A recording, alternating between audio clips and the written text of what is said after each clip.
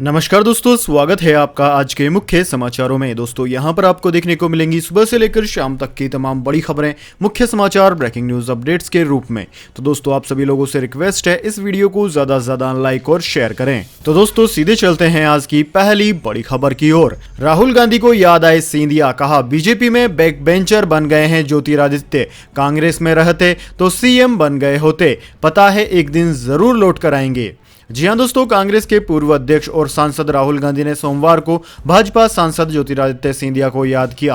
कांग्रेस संगठन के महत्व के बारे में पार्टी के यूथ विंग से बात करते हुए राहुल ने कहा कि अगर सिंधिया कांग्रेस में होते तो आज मुख्यमंत्री बन गए होते। मैंने उन्हें इंतजार करने को कहा था लेकिन उन्होंने मेरी नहीं सुनी। आज भाजपा में जाकर वे बैक बेंचर हो गए हैं। मुझे पता है वो एक दिन जरूर लौट कर आएंगे। दोस्तों राहुल गांधी ने कहा कि सिंधिया के पास कांग्रेस कार्यकर्ताओं के साथ काम करके संगठन को मजबूत करने का विकल्प था। मैंने उनसे कहा भी था कि एक दिन आप मुख्यमंत्री बनेंगे, लेकिन उन्होंने अपना रास्ता चुना। राहुल गांधी ने यह भी कहा कि लिख कर ले लीजिए, वह भाजपा में रहते हुए कभी भी मुख्यमंत्री नहीं बन सकते, उनके लिए उन्हें वहीं वापस आना होगा। कार्यक्रम में राहुल ने युवा कार्यकर्ताओं से आरएसएस की विचारधारा से लड़ने और किसी से नहीं डरने की बात भी कही। इसके बाद दोस्तों अगली बड़ी खबर, बंगाल की 49% वोटर्स पर ममता की नजर। दीदी ने लगातार दूसरे दिन महिला मार्च निकाला, बोली गुजरात और यूपी में महिलाओं पर अत्याचार बढ़ा है, इसलिए बंगाल को मोदी शाह नहीं चाहिए। जी हां दोस्तों, पश्चिम बंगाल विधानसभा चुनाव में टीएमसी प्रमुख और राज्य की मुख्यमंत्री ममता बनर्जी ने महिलाओं को साधना शुरू कर दिया है। दीदी ने लगातार दूसरे दिन सोमवार को महिलाओं की पदयात्रा निकालकर वुमन पावर दिखाई। वहीं दोस्तों एक दिन पहले भी यानी कि 7 मार्च को जब प्रधानमंत्री नरेंद्र मोदी कोलकाता के ब्रिगेड परेड ग्राउंड में रैली कर रहे थे, उस समय ममता ने सिलीगुड़ी में गैस सिलेंडर की कीमतों में हुई वृद्धि को लेकर महिलाओं के साथ पैदल मार्च किया था। दोस्तों ममता बनर्जी ने अपने गले में जय बांग्ला लिखकर पोस्टर भी लटकाया हुआ था। दीदी ने प्रधानमंत्री नरेंद्र मोदी और गृह मंत्री अमित शाह पर हमला बोलते हुए कहा कि बंगाल को बाहरी गुंडे नहीं चाहिए, केंद्र सरकार गैस का दाम बढ़ाती है, कोविड वैक्सीन को मोदी वैक्सीन कर दिया। देश भर में भाजपा शासित राज्यों गुजरात, उत्तर प्रदेश और बिहार में महिलाओं के खिलाफ अपराध बढ़ा है। गुजरात में महिलाओं के खिलाफ सबसे ज्यादा अत्याचार होता है, इसलिए हमें मोदी और अमित शाह नहीं चाहिए। चुनाव में बंगाल की जनता इन्हें सबक सिखाएगी। इसके बाद दोस्तों अगली बड़ी खबर, जनमत संग्रह के बाद स्विट्जरलैंड में सार्वजनिक जगहों पर बुर्का और नकाब पहनने पर लगी पाबंदी। जी हां दोस्तों, स्विट्जरलैंड में जनमत संग्रह के बाद अब सार्वजनिक जगहों पर मुस्लिम महिलाओं के हिजाब और बुर्के से चेहरा ढकने पर पाबंदी लगा दी गई है। स्विट्जरलैंड से पहले फ्रांस, बेल्जियम और ऑस्ट्रिया में भी इस तरह की पाबंदी लगाई जा चुकी है। दोस्तों आपकी जानकारी के लिए बता दें, स्विट्जरलैंड में इसको लेकर एक जनमत संग्रह कराया गया था, जिसमें 51% लोगों ने बुर्के और हिजाब पर प्रतिबंध लगाए जाने के पक्ष में वोट किया। जनमत संग्रह में मिले वोट के आधार पर स्विट्जरलैंड के रेस्तरां, खेल के मैदान और सार्वजनिक जगहों पर मुस्लिम महिलाएं हिजाब और बुर्के से चेहरा नहीं ढक सकेंगी। हालांकि स्विट्जरलैंड के सांसद और देश की संघीय सरकार का गठन करने वाली 7 सदस्यीय कार्यकारी समिति ने इस जनमत संग्रह प्रस्ताव का विरोध किया है। इसके बाद दोस्तों अगली बड़ी खबर, गुजरात 2022 में बीजेपी को टक्कर देने की तैयारी में है आम आदमी पार्टी, 50 लाख लोगों को पार्टी से जोड़ेगी। जी हां दोस्तों, गुजरात में हाल ही में हुए नगर निकाय चुनाव में अच्छा प्रदर्शन करने से उत्साहित आम आदमी पार्टी ने 2022 के राज्य विधानसभा चुनाव की तैयारियों के तहत 50 दिनों में अपनी सदस्यता बढ़ाकर 50 लाख करने के लिए सोमवार को एक अभियान शुरू किया है। आम आदमी पार्टी की प्रदेश इकाई के प्रमुख गोपाल इटालिया ने कहा कि पार्टी मिशन 2022 योजना के तहत अगले 6 महीनों में 55,000 बूथ स्तरीय समितियां गठित करेगी और जिला स्तर पर भी इस ढांचे को मजबूत करने की कोशिश करेगी। उन्होंने कहा कि हम एक मोबाइल नंबर उपलब्ध कराने जा रहे हैं जिस पर लोग मिस्ड कॉल कर आपके सदस्य बन सकते हैं। हम पूरी ताकत के साथ 2022 का चुनाव लड़ेंगे और इस बार भाजपा को जीतने नहीं देंगे। दिल्ली से आम आदमी पार्टी के विधायक एवं पार्टी के गुजरात प्रभारी गुलाब सिंह ने कहा कि राज्य में पार्टी के दक्षिणी क्षेत्र के प्रभारी मनोज सोरदिया को पार्टी महासचिव बनाया गया है। इसके बाद दोस्तों अगली बड़ी खबर, लोकसभा महंगाई के मुद्दे पर संसद में हंगामा, मंगलवार से 11 बजे शुरू होगी लोकसभा की कार्यवाही। जी हां दोस्तों, कांग्रेस समेत कई विपक्षी दलों के सदस्यों के पेट्रोल, डीजल और रसोई गैस की कीमतों में बढ़ोतरी के मुद्दे पर जमकर हंगामा हुआ।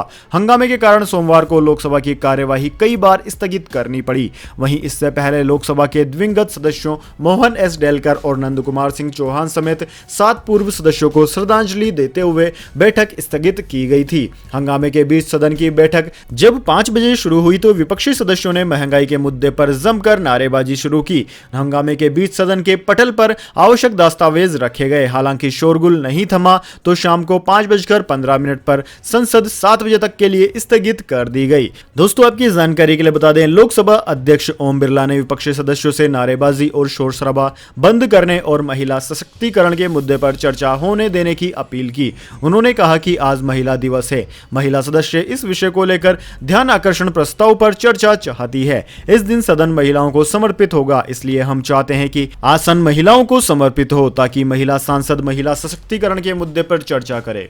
इसके बाद दोस्तों, अगली बड़ी खबर, ए ब्लड ग्रुप वालों को है कोरोना वायरस संक्रमण का सबसे अधिक खतरा, रिसर्च में हुआ खुलासा। जी हां दोस्तों, इस महामारी वायरस संक्रमण को लेकर अब तक कई शोध हैं, जिनमें से ऐसे कई अंतर्निहित कारणों के बारे में पता लगाया गया है जिनकी वजह से नए कोरोना वायरस के होने वाली बीमारी कोविड-19 इन्फेक्शन का खतरा अधिक है। अब दोस्तों, एक नई रिसर्च हुई है जिसमें यह सबूत मिले हैं कि आपका ब्लड ग्रुप क्या है, यह भी इस महामारी वायरस से आपके संक्रमित होने में एक अहम भूमिका निभा सकता है। एक नई स्टडी की माने तो जिन लोगों का ब्लड ग्रुप ए है उन्हें कोविड-19 के संक्रमण होने का खतरा अधिक है। इस स्टडी की माने तो अमेरिका में कोरोना वायरस की वजह से जिन 5,20,000 से अधिक लोगों की मौत हुई है, उनमें से 1/3 लोग ऐसे थे जिनका ब्लड ग्रुप ए था। ए ब्लड ग्रुप वाले ये लोग इस वायरस की चपेट में जल्दी आ गए और कोविड-19 से संक्रमित होने की वजह से उनकी मौत हो गई। शोधकर्ता इस बारे में बताते हैं कि इस नए कोरोना वायरस में एक खास तरह का प्रोटीन होता है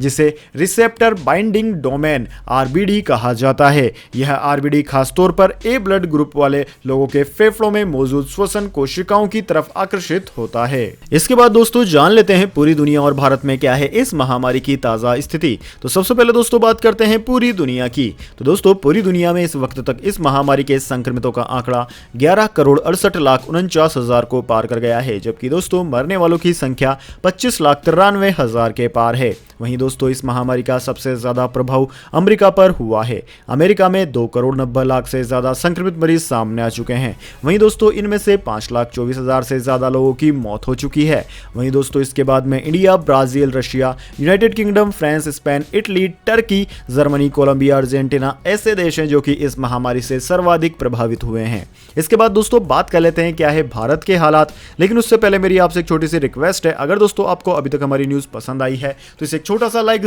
जरूर दें, और अगर आपको पसंद नहीं आई है तो बेशक आप डिसलाइक भी कर सकते हैं, लेकिन दोस्तों लाइक और डिसलाइक जरूर कीजिए, क्योंकि दोस्तों यही हमारी मेहनत का फल होता है और इसी से हमें पता चलता है कि आपको हमारी वीडियो पसंद आ रही है या नहीं। तो दोस्तों जल्दी से जान लेते हैं क्या है भारत के हालात। तो दोस्तों, भारत में इस वक्त तक इस महामारी के संक्रमितों का आंकड़ा 1,12,00,000 को पार कर गया है, जबकि मरने वालों की संख्या 1,57,000 के पार है। भारत में इस महामारी का सबसे बड़ा दंश महाराष्ट्र झेल रहा है। महाराष्ट्र में अब तक 22,19,000 से ज्यादा संक्रमित मरीज सामने आ चुके हैं और इनकी संख्या एक बार फिर से बढ़ना शुरू हो गई है। वहीं दोस्तों, महाराष्ट्र के बाद में केरला, कर्नाटक, आंध्र प्रदेश, तमिलनाडु, दिल्ली, उत्तर प्रदेश, वेस्ट बंगाल, उड़ीसा, राजस्थान, छत्तीसगढ़, तेलंगाना, गुजरात आदि राज्यों का नंबर आता है। इसके बाद दोस्तों अगली बड़ी खबर, प्रधानमंत्री नरेंद्र मोदी पर ममता बनर्जी का निशाना, बोली अगर दोस्तों की इतनी चिंता तो फ्री में दें गैस सिलेंडर।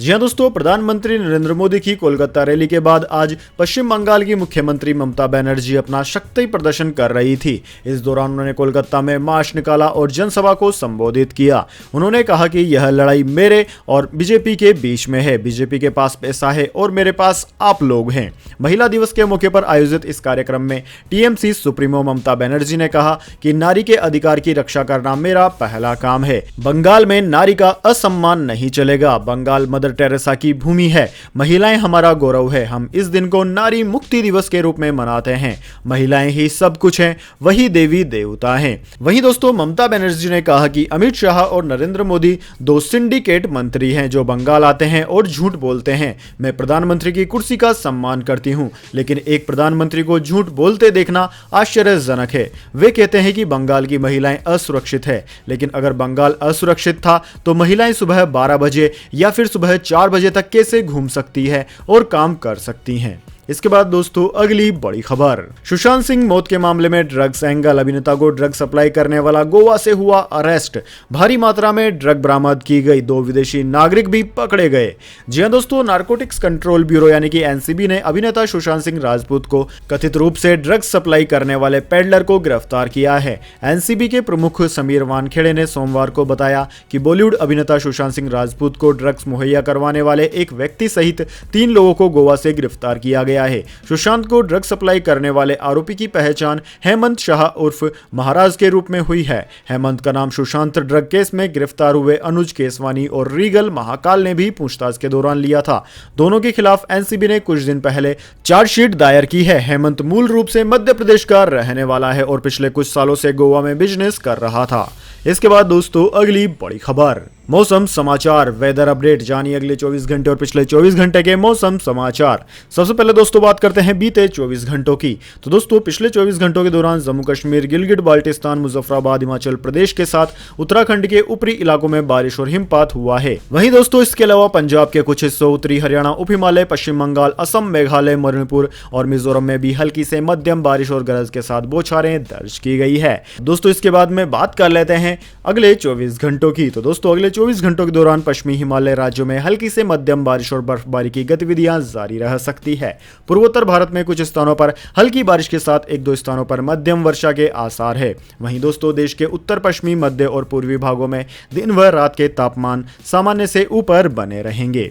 इसके बाद दोस्तों अगली बड़ी खबर, गोल्ड सिल्वर प्राइस टुडे, सोना हुआ और सस्ता, चांदी में चमक जारी। जी हां दोस्तों, सोने के भाव में गिरावट जारी है जबकि चांदी की कीमत में बढ़ोतरी हुई है। एचडीएफसी सिक्योरिटीज के अनुसार सोमवार को राष्ट्रीय राजधानी दिल्ली में सोना 122 रुपए घटकर 44,114 रुपए प्रति 10 ग्राम पर पहुंच गया। वहीं दोस्तों चांदी की बात की जाए तो चांदी 587 रुपए बढ़कर 65,534 रुपए प्रति किलोग्राम पर पहुंच गई है। इसके साथ ही दोस्तों अंतर्राष्ट्रीय बाजार की बात करें तो अंतर्राष्ट्रीय बाजार में सोना हानि के साथ $1699 प्रति औंस, जबकि चांदी लाभ के साथ $25.31 प्रति औंस पर कारोबार कर रही थी। इसके बाद दोस्तों अगली बड़ी खबर, 10,000 रुपए में नेपालियों को मिल जाती है भारत में सरकारी सुविधाएं, इस तरह हो रहा है देश की सुरक्षा से खिलवाड़। जी हां दोस्तों, उत्तर प्रदेश के महाराजगंज साइबर सेल और फरेंदा पुलिस ने एक बड़ा खुलासा करते हुए नेपाली नागरिकों का फर्जी तरीके से भारतीय आधार कार्ड बनाने वाले गैंग का पर्दाफाश किया है। इस मामले में पुलिस ने 3 साइबर अपराधियों को गिरफ्तार भी कर लिया है, जिनके पास से 13 ग्राम पंचायतों की मोहर, आधार कार्ड बनाने वाले उपकरण, laptop, scanner, printer, finger scanner, retina scanner, GPS locator समेत फर्जीवाड़े में इस्तेमाल किए जाने वाले कई इलेक्ट्रॉनिक डिवाइसों के साथ 60,000 नगद रुपए भी बरामद किए हैं। पुलिस ने तीनों आरोपियों के खिलाफ जालसाजी व आईटी एक्ट के तहत केस दर्ज कर जेल भेज दिया है। दोस्तों पुलिस की गिरफ्त में आए ये तीनों आरोपी बड़े ही शातिर किस्म के अपराधी हैं। ये तीनों लोग सिर्फ 10,000 रुपए में भारत की सुरक्षा के साथ खिलवाड़ करते थे। इसके बाद दोस्तों अगली बड़ी खबर, चीनी विदेश मंत्री वांग वी का बड़ा बयान, कहा इतिहास की देन है भारत चाइना सीमा विवाद, दोनों देश हैं दोस्त। दोस्तों भारत और चीन सेनाओं के बीच हाल ही में पूर्वी लद्दाख में डिसएंगेजमेंट को लेकर सहमति बनी थी और अब भारत को लेकर चीन का रुख बदल गया है। चीनी विदेश मंत्री वांग यी ने कहा है कि चीन और भारत को सीमा मुद्दे के हल के लिए एक दूसरे को नुकसान पहुंचाना और आपस में संदेह करना छोड़ देना चाहिए और द्विपक्षीय सहयोग का विस्तार कर अनुकूल माहौल बनाना चाहिए। चीनी विदेश मंत्री वांग वी ने चीन और भारत के बीच संबंध के लिए सीमा विवाद को पूरी तरह से जिम्मेदार नहीं होने का जिक्र किया और कहा कि दोनों देश मित्र व साझेदार हैं, लेकिन उन्हें एक दूसरे पर संदेह करना छोड़ देना चाहिए। उन्होंने पिछले साल मई में पूर्वी लद्दाख में सीमा गतिरोध होने के बाद से भारत चीन संबंधों की मौजूदा स्थिति पर अपने वार्षिक संवाददाता सम्मेलन में एक सवाल के जवाब में यह बातें कही। इसके बाद दोस्तों अगली बड़ी खबर, इंटरनेशनल वुमेन्स डे पर एसबीआई का तोहफा, होम लोन की ब्याज दरें और घटाई। जी हां दोस्तों, इंटरनेशनल वुमेन्स डे के मौके पर अपना घर खरीदने वालों के लिए स्टेट बैंक ऑफ इंडिया ने बड़ी सौगात दी है। महिलाओं के लिए एसबीआई ने होम लोन की ब्याज दरों में और कटौती कर दी है। ऑफर के तहत अब महिलाओं को 5 बीपीएस की अतिरिक्त छूट दी गई है। इसके अलावा गहनों की खरीद पर भी स्पेशल डिस्काउंट दिया जा रहा है। दोस्तों एसबीआई ने ट्वीट के जरिए महिलाओं को बधाई भी दी। एसबीआई ने लिखा कि happy women's day to all the incredible women, shine on not just today but every day. दोस्तों महिला दिवस के मौके पर एसबीआई ज्वेलरी की खरीद पर भी ऑफर दे रहा था। Kalyan jewellers jewellers, PC jeweller, Tanishq से शॉपिंग का पेमेंट एसबीआई की योनो ऐप से करने पर 30% का डिस्काउंट मिल रहा है। इसके बाद दोस्तों अगली बड़ी खबर, महाराष्ट्र के स्वास्थ्य मंत्री ने दी चेतावनी, कोरोना की स्थिति है खतरनाक, कुछ इलाकों में लॉकडाउन लगाना पड़ सकता है। जी हां दोस्तों, महाराष्ट्र के कई शहरों में जनता की आवाजाही पर अंकुश लगाने के साथ राज्य के स्वास्थ्य मंत्री राकेश टोपे ने आगाह किया है कि कोरोना वास्तव में खतरनाक स्थिति में पहुंच रहा है। टोपे ने कहा कि महाराष्ट्र के मुख्यमंत्री जिला अधिकारियों और पुलिस आयुक्तों से चर्चा के बाद कड़े कदमों की घोषणा कर सकते हैं। उन्होंने लॉकडाउन के शब्द का भी इस्तेमाल इस सतर्कता के साथ किया कि जरूरत पड़ने पर कुछ जिलों में यह कदम उठाया जा सकता है।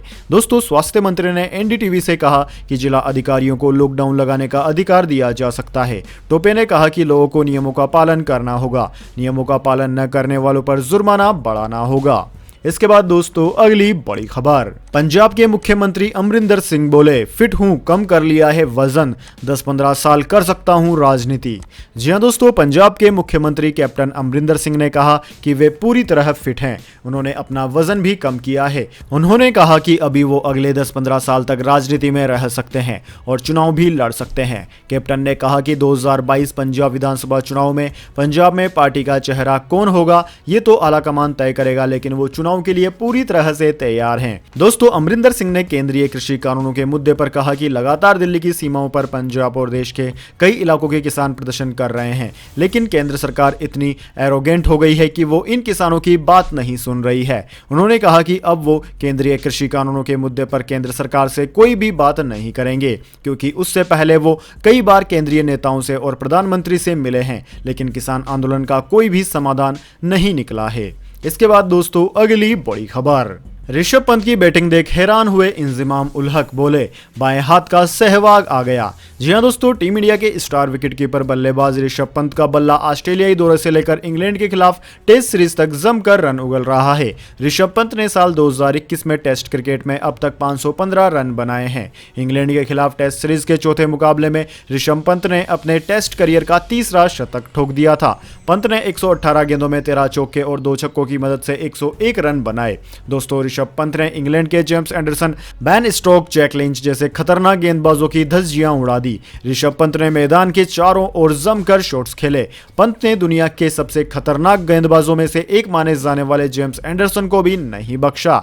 दोस्तों, ऋषभ पंत की ऐसी धुआंधार बैटिंग देखकर पाकिस्तान के पूर्व कप्तान इंजमाम उल हक ने उन्हें बाएं हाथ का वीरेंद्र सहवाग बताया है। इंजमाम उल हक ने अपने यूट्यूब चैनल पर कहा कि सहवाग को बल्लेबाजी करते हुए फर्क नहीं पड़ता था कि पिच कैसी है और सामने कौन गेंदबाज बॉलिंग कर रहा है। इंजमाम उल हक ने कहा कि सहवाग के बाद पहली बार मैंने ऋषभ पंत जैसा खिलाड़ी देखा है जिसे पिच और गेंदबाज से कोई फर्क नहीं पड़ता। तो दोस्तों, यह थी आज की तमाम बड़ी खबरें। इसके बाद में दोस्तों अब बारी आती है आज के माइंड क्यूज क्वेश्चन की।